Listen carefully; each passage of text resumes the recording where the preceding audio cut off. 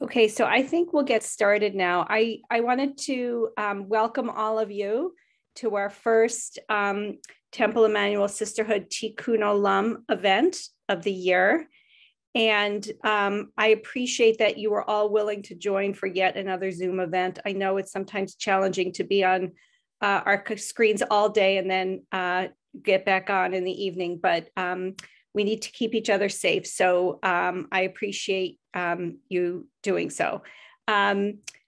Really glad that Ellen Jowitz is joining us this evening. Ellen is a longtime Temple Emmanuel and Sisterhood member.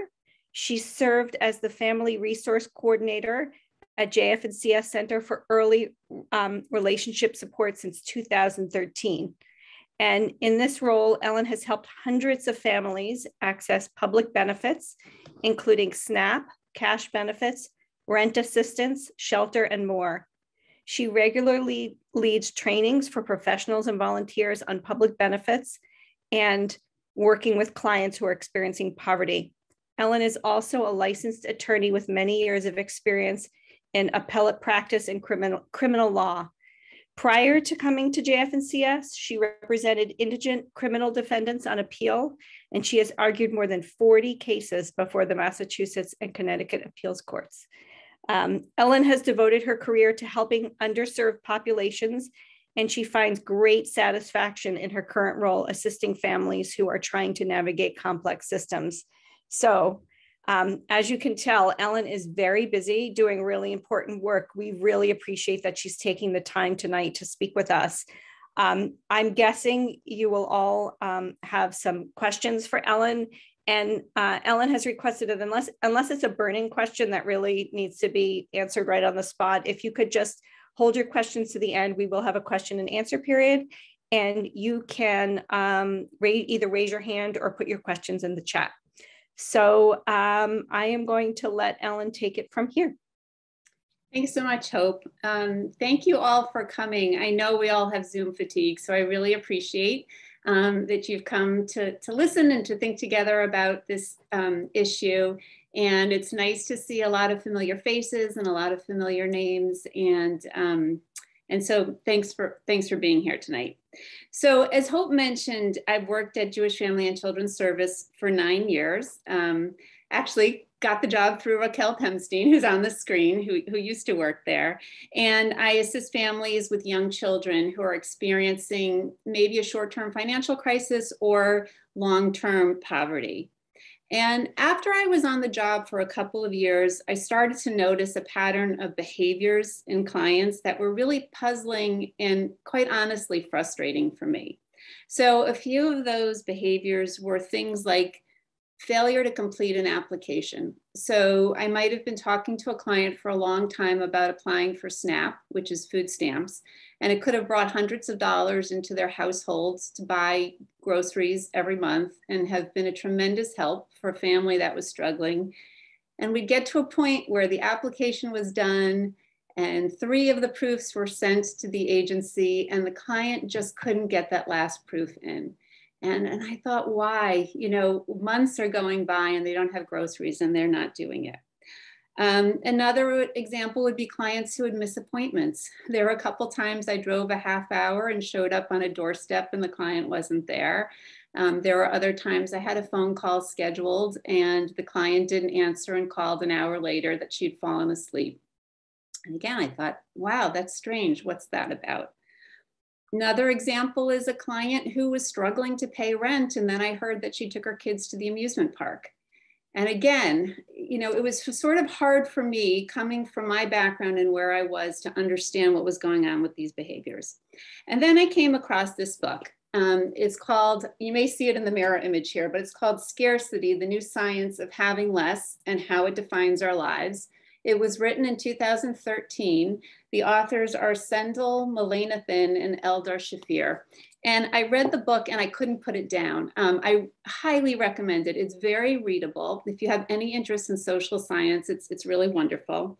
And it's not an exaggeration to say it revolutionized how I thought about my work, how I thought about my clients, and even things in my personal life.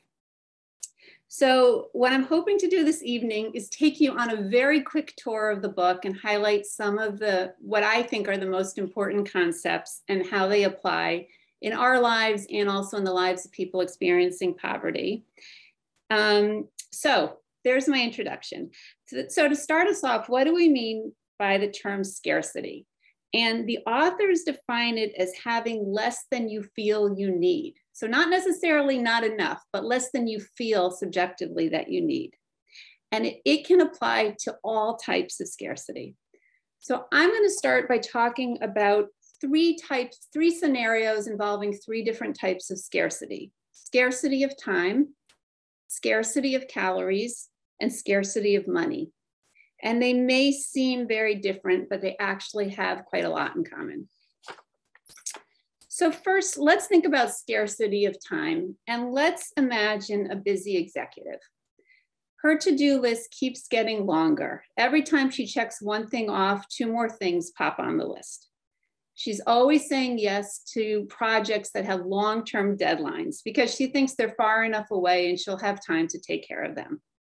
Her desk is a mess, but there's never any time to clean it up. Her email inbox is cluttered. She reads an email, decides it's not urgent, I'll deal with it another day, and it stays in the inbox. She loses time every day looking for things on her desk because of the pile of papers. She can't find the email that her colleague wrote to her about the project due next week. And she incurs a little cost and a little loss of time every day, but the cost isn't great enough to make the cleanup feel urgent. And as a result, she's always putting out fires, dealing with only the things that are most urgent. And she might begin something with the phrase, once I get X done, I'll have time for, and you finish the sentence, exercise, clean out my garage, take a vacation, etc. I wonder if raise your hand if this sounds familiar to you, if you've ever had any of these experiences. I certainly have. So she is suffering from a scarcity of time. There's never enough hours in the day or days in the week. Okay, let's talk about another type of scarcity. This is scarcity of calories. So someone on a diet experiences a type of voluntary scarcity. It's self-imposed. They've decided to go on a diet and they're restricting their caloric intake. Now, if you've ever been on a diet, some of these things might resonate with you. There's certainly things I've experienced. So when I'm on a diet, I find myself counting the hours until I can have my next snack or meal in a way that I never do when I'm not on a diet. You might find yourself carefully planning how you're going to allocate your calories. If you have a certain amount in the day, are you going to have a piece of bread or are you going to have a cookie? And you might spend a lot of time and invest a lot of emotional energy into that thought. You might imagine eating a piece of chocolate cake, even if that's something that you don't usually crave or think about. And so in general, maybe not for everybody, but a lot of people, when they're on a diet, they become more obsessed with food when they're not on a diet. A much darker example of scarcity of calories is recounted in the book. Toward the end of World War II, the Allies were trying to figure out how they were going to safely feed people who were being liberated from German-occupied areas and who were on the edge of starvation. And it was a real concern because they knew if they fed people too quickly, they might even kill them. But they certainly didn't want to feed them too slowly. So what did they do? A team of researchers assembled a group of 36 healthy men. They were all conscientious objectors and they wanted to contribute to the war effort. And they enrolled them in an experiment where they reduced their calorie intake until they were subsisting on just enough food to not harm themselves permanently, but really were on the edge of starvation. And in the course of this experiment, they learned what they needed to learn about how, from a medical and physical perspective, they could bring them back from the point of starvation. But they also learned a lot about the men's behaviors and their thought patterns. And some things they learned were fairly predictable. The men became possessive of food at meals. They would eat foods that they never would eat before. They'd even lick their plates. And I think we would all expect that. But there were other things that were really unexpected and surprising. So the men became obsessed with cookbooks and restaurant menus. They spent hours looking at the newspapers, not to read about the war effort, but to compare food prices in different stores. They dreamed about going into a career in the restaurant business or in agriculture, even though they'd never been interested in that before. Their obsession with food wasn't adaptive. It didn't alleviate their suffering, but they couldn't help themselves. The idea of food captured their attention. And now I'm going to turn to one more example, and then I will tell you how these all tie together. So the third example involves scarcity of money. And this is a real story. I'm changing the client's name to protect her privacy, but this is all true. So Sandra is the single mother of 2 young children, and she fled her home after experiencing domestic violence from her partner. She had no money, no place to live, and she moved into a homeless shelter with her 2 children. She couldn't work because she was still suffering from the trauma of the experience and just trying to get herself and her children to get through every day in a shelter. She got cash benefits and SNAP food stamps, but could barely afford her essentials, let alone move into a new apartment of her own. So it took a few years, and she was actually one of the lucky ones who moved up the list fairly quickly, and she got an apartment in a public housing development. And this was really amazing because if you're in public housing, your rent is tied to your income. So if you have 0 rent, you have 0 income, you have 0 rent. And if you're earning some income, you pay 30% of your income toward rent. And it means that for people who get into public housing, they can really have stable housing for the long term. And so once she was in the housing, she got settled, she was feeling better, she got a full-time job, her children got into subsidized childcare, and it looks like things were really gonna be okay for her, and we closed her case. Sadly, 6 months later, Sandra reached out to us because everything was falling apart. She'd failed to pay her rent for the past 2 months, even though she'd been working, and she received a notice to quit. She was in a panic because she thought, this is it, I'm gonna lose my public housing, I'm gonna be back in the shelter again with my kids. And that wasn't all. She hadn't paid an electric bill since she'd moved in, and she now owed $700 and was at risk of having her electric cut off. And she was really embarrassed to call us, but she did. And I did a phone intake with her. And I learned that she'd been working full time all of this time and was being paid $14 per hour, which put her gross monthly income at $2,400 per month, and her net income would be about $2,000 a month. Now, that's not a lot of money for a woman and 2 children to live on, but still, her rent was $700 a month, and there was enough there, maybe just to barely pay everything, but to pay everything. So what happened?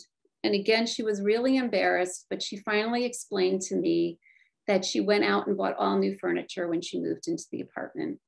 And then she bought some new clothes and shoes for her kids, and she bought a television set. So after having had nothing for so many years and living with that deprivation, she just couldn't control it. She had some money and she wanted to make a really nice home for her family. And she spent that money without thinking about the rent, without thinking about the electric bill, and without thinking about what might happen in 2 months. So what do all 3 of these scenarios have in common? Scarcity of time, scarcity of calories, scarcity of money. They all dealt with scarcity, with not having enough that you think you need. And so let's start to unpack what this means, what the experience of scarcity does to our brains, and how it really has the same effect no matter what the scarce resource is. So, first principle that the authors explain is called tunneling. And what they say is that the experience of scarcity captures our attention and causes us to focus single-mindedly on the thing that's scarce.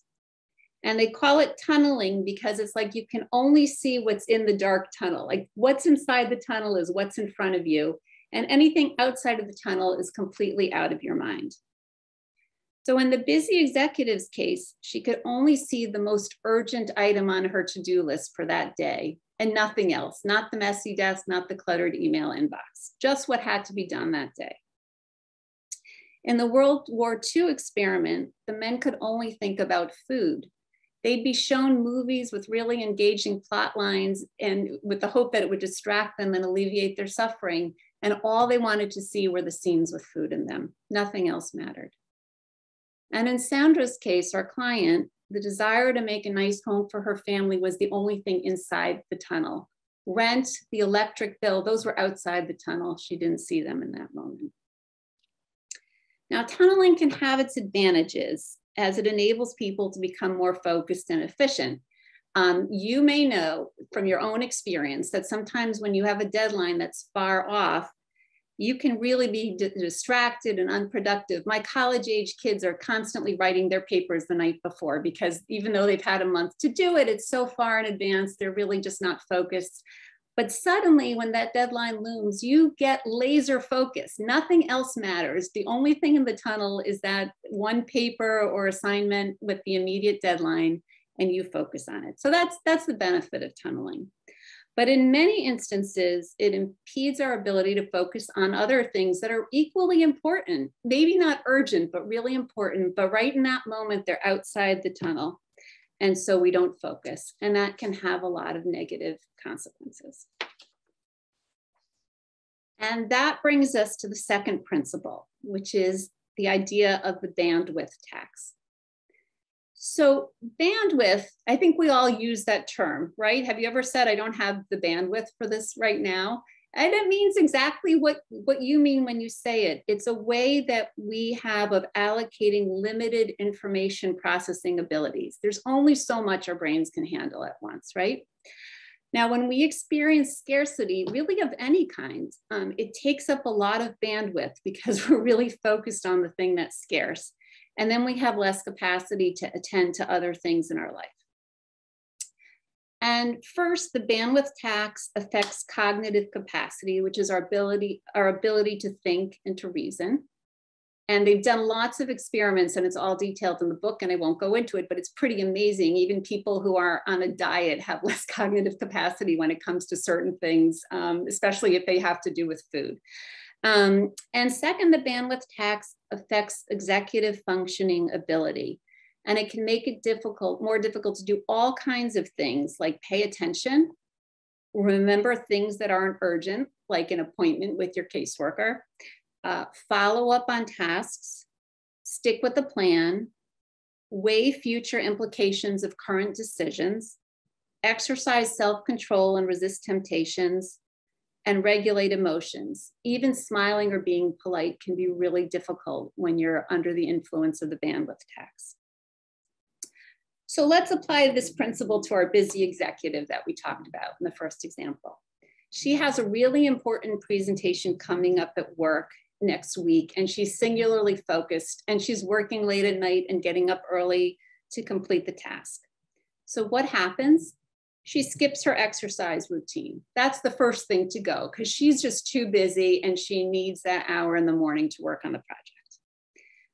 She goes to the office, and instead of packing a healthy lunch, she eats a bag of potato chips from the vending machine because she just didn't have time to do it. There's no time. She grabs something and she eats it.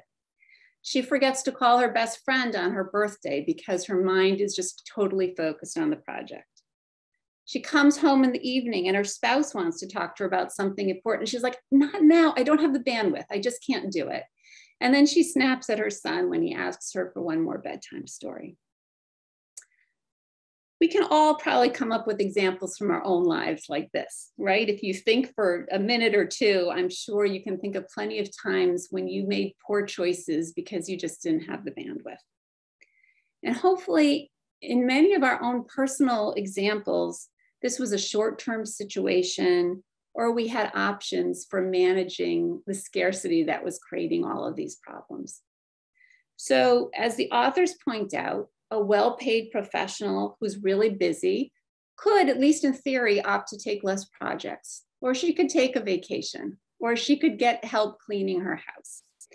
In another example, financially well-off parents of a newborn child could compensate for their loss of time and sleep by hiring a nanny, or ordering food in, or using their money in various other ways to free up bandwidth.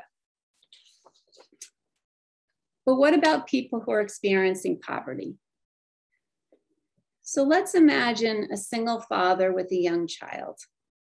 He works full-time in a minimum wage job, and his gross income is about $2,500 per month. So just think about that. Minimum wage in the Boston area, dad and a child living on $2,500. It's not a lot. He's exhausted at the end of his work day, but he's got to go from work to daycare and pick up his child, and he's got to bring her home, and he's got to make dinner, and he's got to give her a bath and read her a bedtime story and make lunch for both of them for the next day. And on top of all of that, he's constantly worrying about paying bills because $2,500 doesn't go very far in the Boston area. So he's tunneling. Inside the tunnel is the rent that's due next week and the electric bill that's due in 2 weeks. And then think about bandwidth. He barely has the energy to do all of those things he has to do every day, yet alone sit and enjoy a game with his child, exercise, see a friend, or think about the future. And he can't choose to ease his situation by working less hours because he needs the money. And he can't alleviate his situation by working more hours because he's got a child to care for. And childcare is expensive. And he can't afford to hire help. Nobody's cleaning his house or cooking dinner for him. And that's the reality of his life. Now, there are things he could do to improve his situation over the long term, but he doesn't have the bandwidth to do them. So you might say, apply for SNAP, for food stamps. You could get several $100s a month, and that would really help. But he's got to fill out the application, and he's got to do a phone interview, and he has to provide proofs. And who has the bandwidth to do that in that circumstance? He could get utility discounts and heating assistance, but those are from different agencies and different companies and different applications and different sets of proof. He could enroll in a GED program or a job training program to try to get a better paying job. But again, how? And I'm exhausted just thinking about his life. And so it's really, really hard if you're a person living in poverty to get out of that cycle. And then in the case of our client, Sandra, who was in the public housing and then went out and bought all those new things and couldn't pay her bills. Same thing, it just came out in a little bit of a different way. When she finally had some money, she just couldn't resist the temptation to buy some nice things for her family. So she couldn't really weigh the consequences because of the bandwidth tax. She just couldn't really think ahead and say, well, what's going to happen if I spend all my money on furniture next month when I have to pay rent? And it's not because she's a person who lacks self-control or can't make good decisions, but she was experiencing the long-term impact of scarcity. After years of deprivation, that temptation was just too great. So, and one other thing just to point out, and I think we can all relate to this, is that studies have shown that experiencing poverty, long-term scarcity, reduces a person's cognitive capacity more than going one full night without sleep.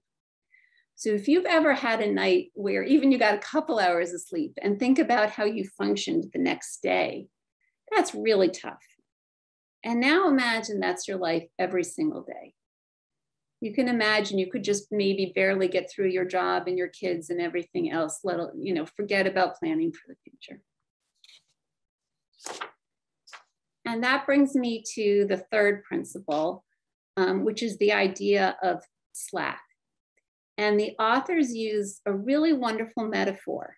They say, imagine you're about to leave on a vacation. And first imagine you're packing for vacation.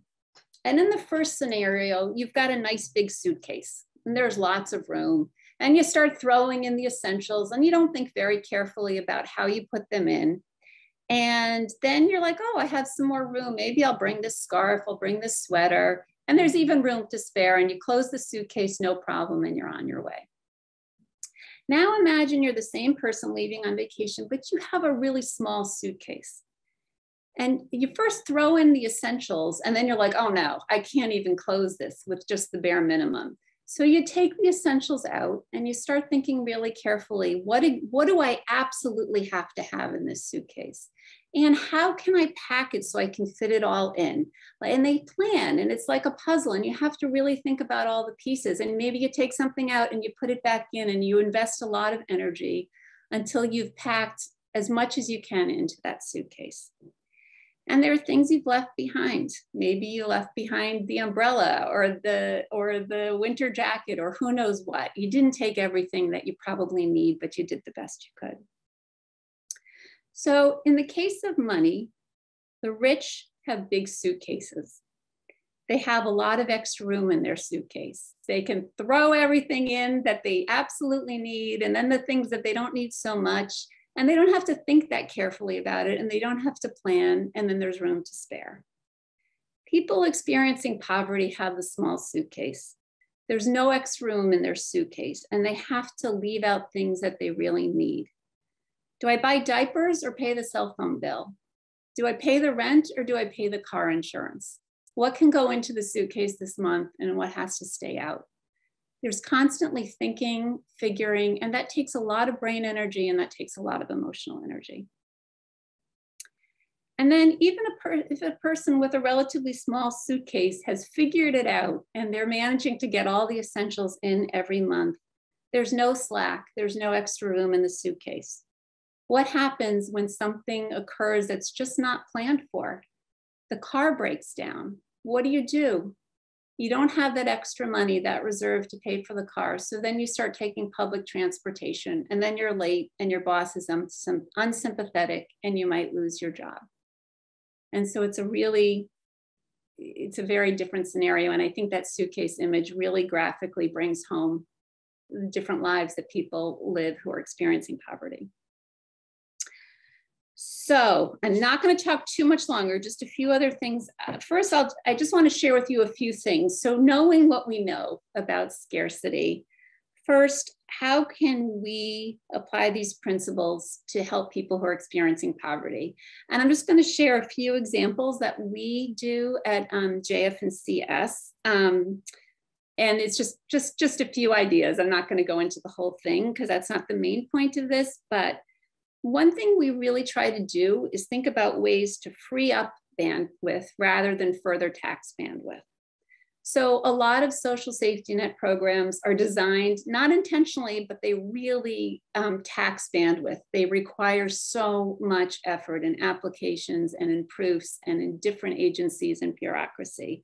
And so whenever we can, we really try to ease it a little bit.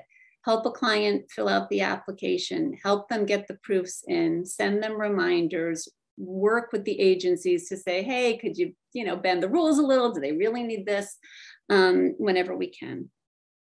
And another example, I just want to give a shout out to a few people here, Julie, Raquel, and probably others, I can't see everyone on the screen, who work with or volunteer with Welcome Home, the Housewares Pantry in Newton, which is just amazing on so many levels. But one of the things they do that I love so much is they remove that bandwidth tax. They create bandwidth. They don't require people to jump through tons of hoops to get housewares. And then they create bandwidth because they provide things that people need and they can't afford. And now a mom doesn't have to worry anymore that she doesn't have dishes. So it's really an amazing thing. That's an example of when things are really done right. So another thing that we do at JF&CS is we'll help clients with small but really crucial needs. I can't tell you how many clients we've worked with who worry about having enough diapers every month. Diapers are really expensive. People don't have enough money to purchase them. They can't go to a big box store and get them at a discount. They buy them at a premium. And so we're often able to provide diapers and wipes on a regular basis. And amazingly, it frees up bandwidth. If a mom is so worried about not having diapers and suddenly she's getting enough diapers, that creates a little bit of space to devote to other things. We also might help with a car seat or a crib or a winter coat, things like that, which to us may seem small, but really mean a lot to clients. Another thing we do is we provide reminders. So I've learned to text a client 30 minutes before a meeting to remind her. We send reminders about deadlines and things like that. So those are just a few ways that we approach it. And I hope that that part of the discussion helps you to think more about the experiences of people in poverty and understand where they're coming from.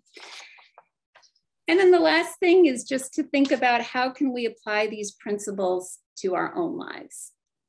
So I am not a self-help guru, and the authors of this book are not self-help gurus. That's not really what it's about, but they do provide some ideas. And I had a few of my own that I've thrown in. And, you know, maybe if people want to chat about it afterward, we could talk about it. But so here are some examples for managing scarcity of time, which is probably something that a lot of us do struggle with, at least at certain times in our lives. So the first thing is, if one of the big issues is the tunnel, only seeing what's in the tunnel, you need to find ways to bring into the tunnel those other things that are important but not urgent. So one example I love is the idea of exercise, right? And again, for me, that's the first thing that goes when I'm busy. So a busy person might have a gym membership and then never go to the gym. So what do you do with that? So you have to bring the gym into the tunnel. So one way, if you have the means, is you hire a personal trainer, and then you have a time when you have to be there and you're paying them whether you show up or not. And it's much more likely that that exercise is going to come into the tunnel and you're going to go. If you can't afford a personal trainer or don't want one, put it in your calendar. That's another way to bring it into the tunnel. And that applies for lots of other things. For me, if something's not in my calendar, it doesn't exist. If I'm going to volunteer, I want to volunteer on something where I have to show up on a certain day rather than it being this amorphous project that's just there in the background. So again, find ways to bring it into the tunnel. Give yourself reminders. If you're someone who's always running late because you get caught up in a meeting and you're really engaged and engrossed in the conversation, and then you're, you know, suddenly late for the next meeting, use your Outlook calendar to send you a reminder. Set an alarm on your phone. Think about bringing the next meeting, the next appointment into the tunnel. Another one I love is when you're agreeing to do something in the future, imagine you're agreeing to do it next week. Bring the future into the tunnel. You might think 2 months from now, nothing's going on in my calendar, it's fine, but there's really no reason to think that you're going to be less busy in 2 months than you are this week. Bring it into the tunnel. And so I'm sure there are many other ways you can look at your own life and find other important but non-urgent things that are outside of the tunnel and think about how to bring them inside it. And the second thing is to try to maximize your bandwidth. You know, if your schedule's packed and you just don't have the bandwidth to do things that are important but not urgent or that are fun, think of ways to do that. And one of the answers provided in the book, which I loved, is Shabbat. Yes, Shabbat. And I'm just going to read you a quote from the book because I love it so much. And it talks about how people who are really taxed don't spend enough time with their family and friends or community. And it says, end quote, "One of the wisest interventions we know of for dealing with scarcity's trade-offs is the Jewish Sabbath. You do not work on the Sabbath or email or write. And it's ingenious for at least 2 reasons. One is that there are no options, no dilemmas. And the other is that it happens at the same time every week, right when Friday exits, no matter how busy you might be." And so I love that thought, to try to create something that's non-negotiable. There are no trade-offs. Another, bringing it down to the more mundane level, is think about systems and ways that you can invest in important but non-urgent tasks. So for example, clean out your email inbox. Take a day, put it in your calendar. I did that recently and I felt like I lost 10 pounds. It was just wonderful. Just do it. And then going forward, make sure you've got a system in place for marking emails that you've read and can't deal with. Flag them, pin them, use categories, but invest time in those important but not urgent tasks that will ultimately save you time in the future. And in a similar vein, spend time organizing your kitchen junk drawer or your coat closet or whatever other thing drives you crazy on a daily basis, because you lose time every day when you can't find the thing you're looking for. And so again, this is important, but not urgent, but in the long term, it will free up time, it will free up bandwidth. And the next time you open that drawer or closet, you'll save just a little bit of bandwidth and a lot of aggravation. So within the interest of everybody's scarce time, I am going to stop there, but I'm really happy to take any questions, or also just would love to hear your thoughts, your experiences. So I don't know, Hope, if you want to call on people or you want me to, either way, or just chime in if you have a question or thought. Absolutely. Ellen, thank you so much for that. That was really interesting. And I'm particularly thrilled that the authors brought in Shabbat into their recommendations. I don't see any hands raised right now, and I don't see anything in the chat. If anyone, oh, I do see a hand, Julie Plant-Mahoney. Please ask your question or make your comment. I really want to thank you, Ellen. I have heard your presentation in the past, and every time I hear it, I learn new things. And I'm reminded of how just incredibly valuable your presentation and your knowledge is. So thank you. I want to give a very specific example of the first time I reached out to Ellen for help, which I've done many times. And that is at Welcome Home, when we have a not infrequent situation where we have usually a woman come to take home goods, and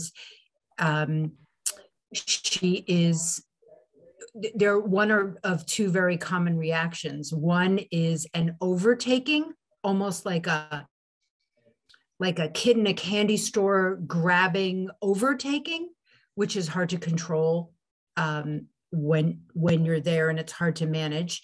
And the other common reaction is a freezing, almost like all these options, and the person doesn't know where to start. So those are two ends of the pole that are not uncommon.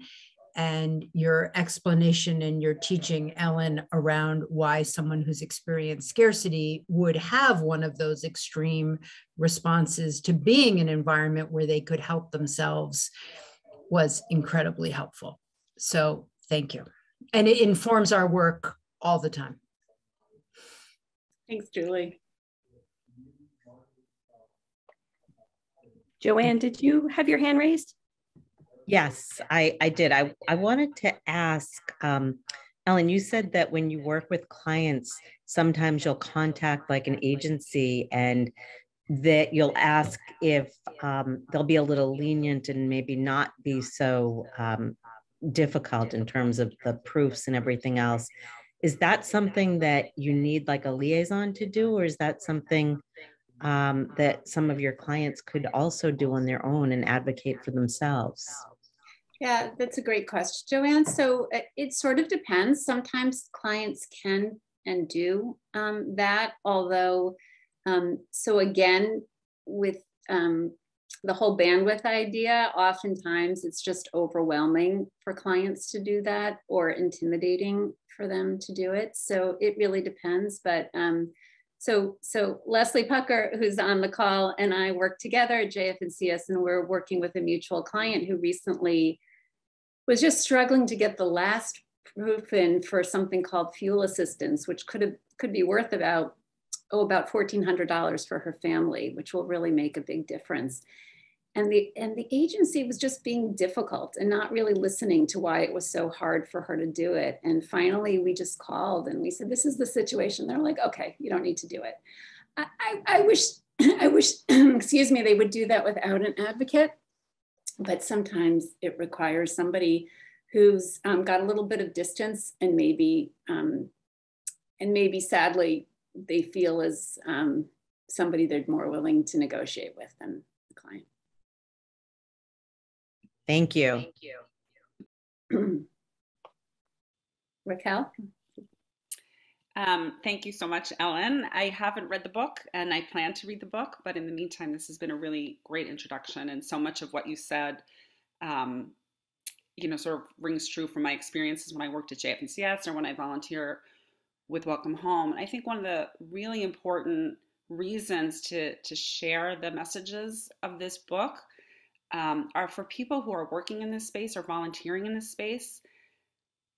People are so well intended, but there is often an element of judgment that comes in when the client is late, if the client is driving a fancy car. Again, I know that everybody in the volunteer or in the professional space means so well, but I think that it's just very common for people to question. And that's why I think it's really important to, read a book like this, understand these concepts, because I think it makes everybody a better advocate for people who are so vulnerable and who really need our help. So thank you. Thanks, Raquel. Alyssa? Oh, you're on mute. Let me see. Sorry. Better?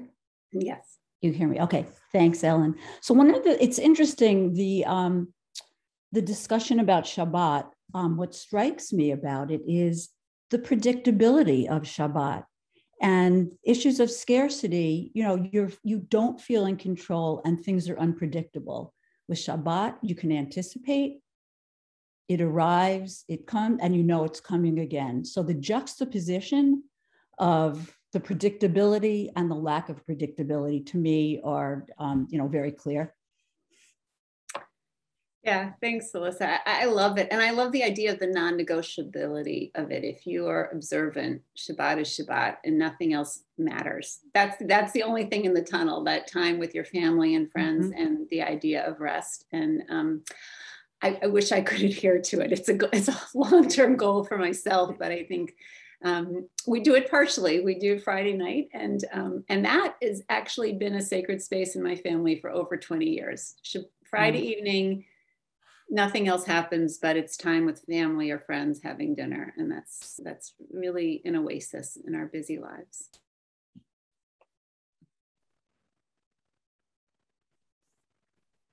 Ellen, I have actually a comment more than a question, and it's kind of related to what Raquel was saying, which is that I think the stereotype for people who are in poverty is that they're undisciplined, and in actuality, people who live in poverty have to be so much more disciplined than people who have the means to, when they come home after a long day of work and they're exhausted and they had a bad day and they could just decide to order out dinner instead of cooking a dinner, and that could be expanded in almost every aspect of their lives. And I think it's just something that I was thinking of when you were discussing these different situations.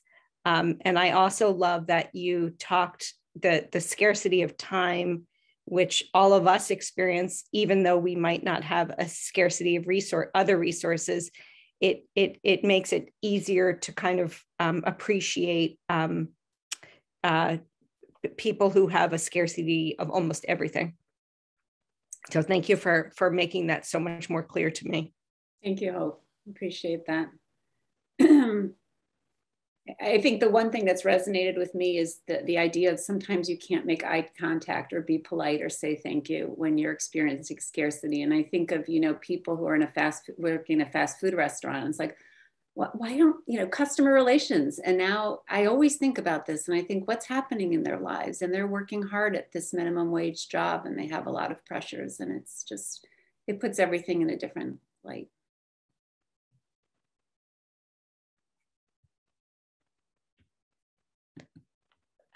So I don't see any other hands raised or any other comments in the chat. So unless anyone else has something to add, or Ellen, if you had anything else you wanted to tell us, I think we could wrap things up. Anybody else before we head off for the evening? Ellen, thank you so much. This was really, really interesting. and informative. And I really appreciate all of you who participated tonight. And stay tuned because we have more events coming up for the Sisterhood Tikkun Olam. And Ellen, maybe you and I can chat and we can figure out maybe some projects that we could do that might be able to help your clients at JFNCS. Would love that. Thank you. Thank you everyone for being here. Have a good night. Good night. Good night.